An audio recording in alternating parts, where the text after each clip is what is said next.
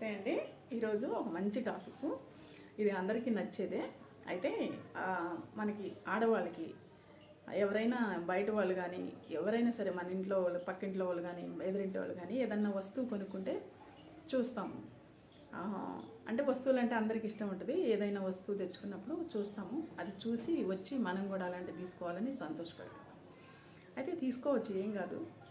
లేకపోతే ఎవరైనా బట్టలు కొనుక్కున్నప్పుడు, ఆడవాళ్ళు అయితే చీరలు కొనుక్కున్నప్పుడు, అట్లాంటప్పుడు మనం కూడా అలాంటివి కొనుక్కోవాలని చాలా ఇష్టపడతాము, కొనుక్కోవాలి అని.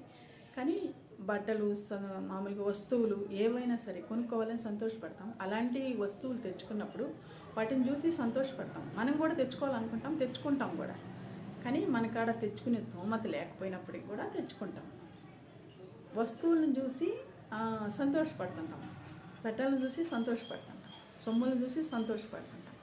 కానీ ఇవన్నీ కూడా అప్పు చేసి డబ్బులు లేకపోయినా ఉన్న మన స్తోమతకి తక్కువైనా ఎక్కువైనప్పటికి కూడా తెచ్చుకొని అప్పు చేసి కూడా తెచ్చుకుంటుంటాము వస్తువులు అనేవి. అలా కాకుండా తెచ్చుకుంటాము, అవి వాటిని చూసి సంతోషపడతాం, ఇంట్లో పెట్టుకుంటాం. కానీ కొన్ని రోజులకి అవి పాతపడిపోతాయి, కానీ సంతోషం పోద్ది. కానీ మనకి అసలైన సంతోషం కావాలంటే మనలోనే ఉంటుంది, మన దగ్గరే ఉంటుంది. అది మనలో మనమే ఎదుక్కోవాలి. ఎందుకంటే మన సంతోషం మన మనసుని అడిగితే చెప్తాను. మనసు కదా సంతోషపడేది అన్నిటికీ, వస్తువులు కాదు కదా. వస్తువులు సంతోషాన్ని అప్పటికప్పుడే ఇస్తాయి, పై సంతోషాన్ని ఇస్తాయి. తర్వాత పాతపడ్డాక పాతదని పక్కన పడేస్తాం. కానీ మనసు అయితే ఎప్పటికీ మనతోనే ఉంటుంది, మనకి సంతోషాన్ని ఇస్తుంది. మన మనసుని చూసి మనం సంతోషపడాలి, దానికే మనం విలువ ఇవ్వాలి. అంతేగాని ప్రాణం లేని వస్తువులకి కాదు విలువ ఇవ్వాలి.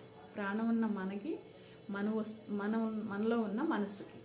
మన మనసుని అడగండి, మీ మనసుకి చెప్పుకోండి. సంతోషం అనేది మనకి ఎప్పుడు ఉంటుంది, జీవితకాలం జీవించినన్ని రోజులు ఆ సంతోషం అనేది.